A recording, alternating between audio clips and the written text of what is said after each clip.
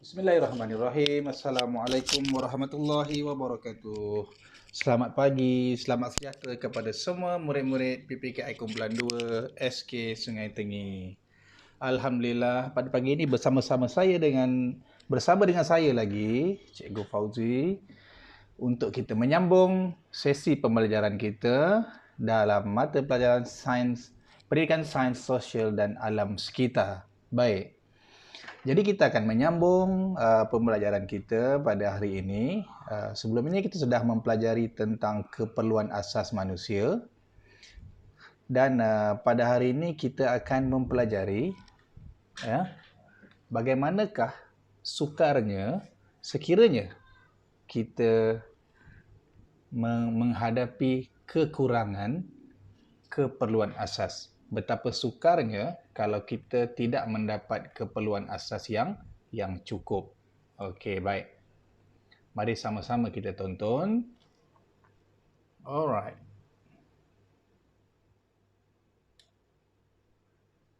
Okey, tengok tajuk kita. Aduh, sukarnya tanpa keperluan asas. Okey.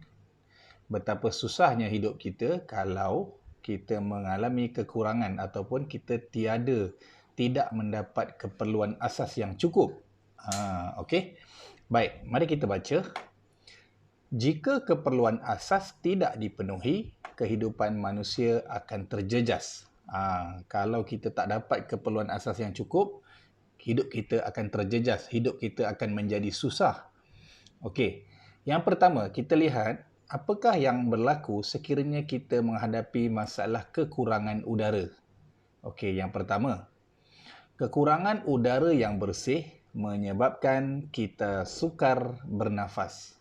Kalau udara kita kotor, contohnya kita tinggal berhampiran dengan kawasan kilang, sebagai contoh, kawasan-kawasan kilang. Okey, biasanya udara di kawasan-kawasan kilang ni kotor, dan kita akan mendapat masalah iaitu kesukaran untuk bernafas. Kita susah nak bernafas.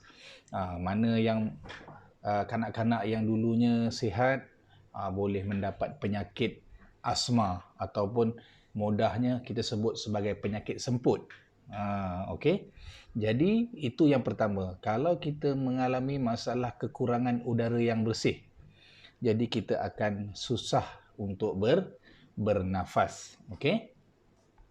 Seterusnya, yang kedua, kekurangan air dalam badan, menyebabkan kita menjadi lemah.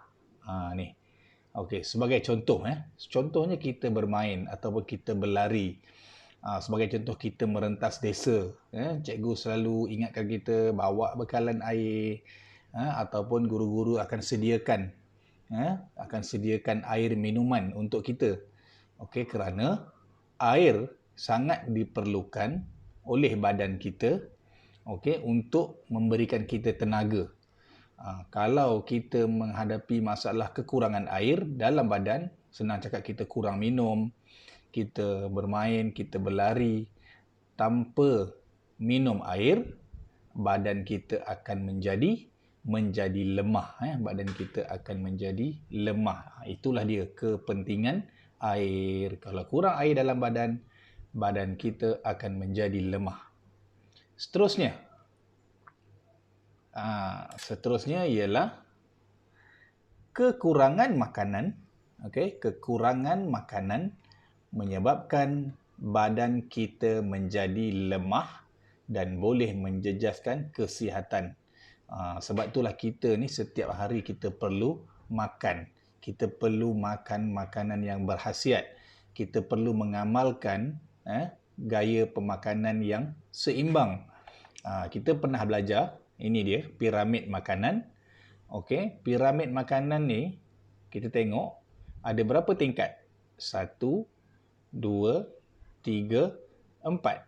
Okey, tingkat bawah adalah tingkat yang paling luas sekali, iaitu banyak benda di bawah ini.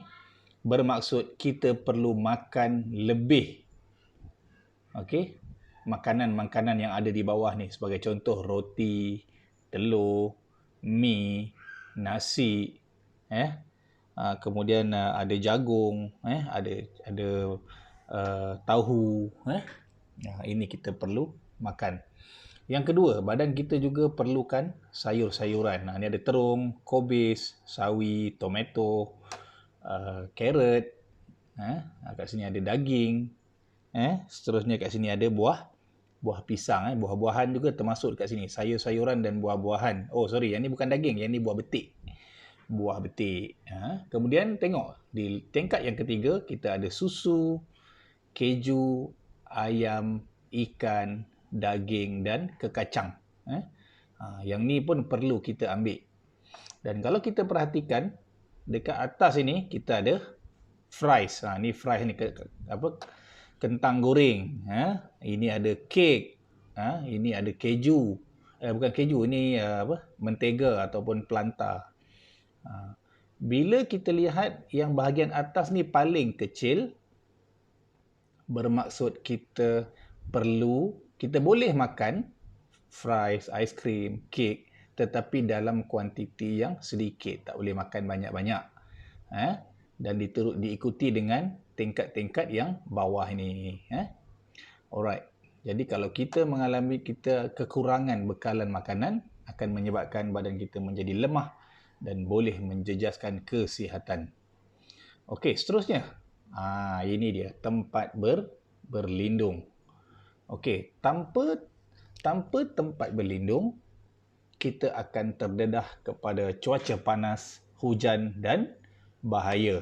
Sebagai contohlah, kalau kita tak ada rumah, kita duduk bawah jambatan, kita akan terdedah kepada cahaya panas matahari, kita akan terdedah kepada hujan, dan juga rumah, kalau contoh kita tiada tempat tinggal, harta benda kita juga tidak selamat. Kemungkinan boleh dicuri, macam ni. Ada pemompak nak masuk rumah. Okey.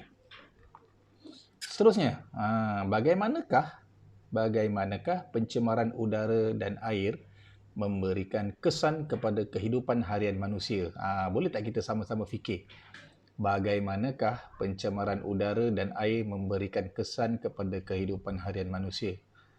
Macam mana pencemaran udara boleh mengganggu hidup kita? Bagaimana pencemaran air boleh mengganggu hidup kita? Sebagai contoh, pencemaran udara, apakah contoh pencemaran udara? Senang aja. Jerebu. Jerebu adalah salah satu contoh pencemaran udara. Bila berlakunya jerebu, kita perlu pakai topeng muka, dan sampai satu tahap kita tak dapat pergi ke sekolah kerana sekolah terpaksa ditutup kerana kualiti udara yang tidak baik. Kalau udara tercemar, tidak baik untuk kesihatan kita. Kita akan bermasalah untuk bernafas. Okey, boleh mendatangkan penyakit. Itu kalau pencemaran udara. Macam mana pula kalau pencemaran air? Kalau pencemaran air, macam kita selalu hadapi sebelum ini, sebagai contoh, sungai. Sungai yang berhampiran dengan rumah kita tercemar. Okey, jadi air daripada sungai itu akan disalurkan ke rumah-rumah. Kalau kita terminum air yang tercemar, kalau kita tergunakan air yang tercemar, akan menyebabkan kita mendapat penyakit. Jadi bekalan air terpaksa ditutup kalau berlaku pencemaran. Bila bekalan air terpaksa ditutup, maka akan menyebabkan kesukaran. Macam mana kita nak memasak, macam mana kita nak minum air, macam mana kita nak membasuh pakaian, membasuh pinggan mangkuk. Jadi di situlah masalahnya akan timbul. Apabila berlakunya pencemaran udara, sampai satu tahap kita tak boleh keluar dari rumah. Kita tak boleh pergi bekerja. Kita tak boleh pergi ke sekolah kerana kualiti udara yang kurang baik. Begitu juga dengan masalah air. Kalau air tercemar, bekalan air terpaksa ditutup. Bila air tak sampai ke rumah-rumah kita, maka sukarlah untuk kita menjalani hidup seharian. Bagaimana kita nak memasak, bagaimana kita nak minum, bagaimana kita nak mencuci pakaian, bagaimana kita nak mandi. Begitulah. kesukaran yang terpaksa kita hadapi. Jadi saya rasa saya dah sebut empat jenis kesukaran. Betapa sukarnya kalau kita mengalami kekurangan keperluan asas. Kalau udara bersih, kita tak dapat udara bersih, kita sukar untuk bernafas. Kalau kita kekurangan air dalam badan, menjadikan badan kita lemah. Kita tak mampu nak melakukan aktiviti. Kalau kita sedang berlari, kita tak mampu nak berlari lebih jauh. Okey, seterusnya, kekurangan makanan menyebabkan badan kita menjadi lemah dan boleh menjejaskan kesihatan. Oleh itu, kita perlu makan makanan yang seimbang. Seterusnya, ini dia tempat tinggal dan tempat kita berlindung. Okey, untuk melindungi diri kita daripada cuaca panas, okey, melindungi diri kita daripada hujan dan melindungi segala harta benda kita. Itu keperluannya tempat berlindung. Dan kita dah bincangkan tadi bagaimana pencemaran udara dan air mengganggu kehidupan kita. Kalau berlakunya pencemaran udara, maka sukarlah kita nak bernafas. Sehingga satu tahap kita tak boleh bekerja, tak boleh ke sekolah, tak boleh bermain. Begitu juga dengan air. Apabila air tercemar, air tak dapat disalurkan ke rumah kita. Maka terpaksalah kita membeli air mineral. Susah kita nak masak, nak membasuh pakaian, membasuh pinggan mangkuk, nak mandi, nak solat, semua kan susah. Jadi saya rasa sampai di sini dulu.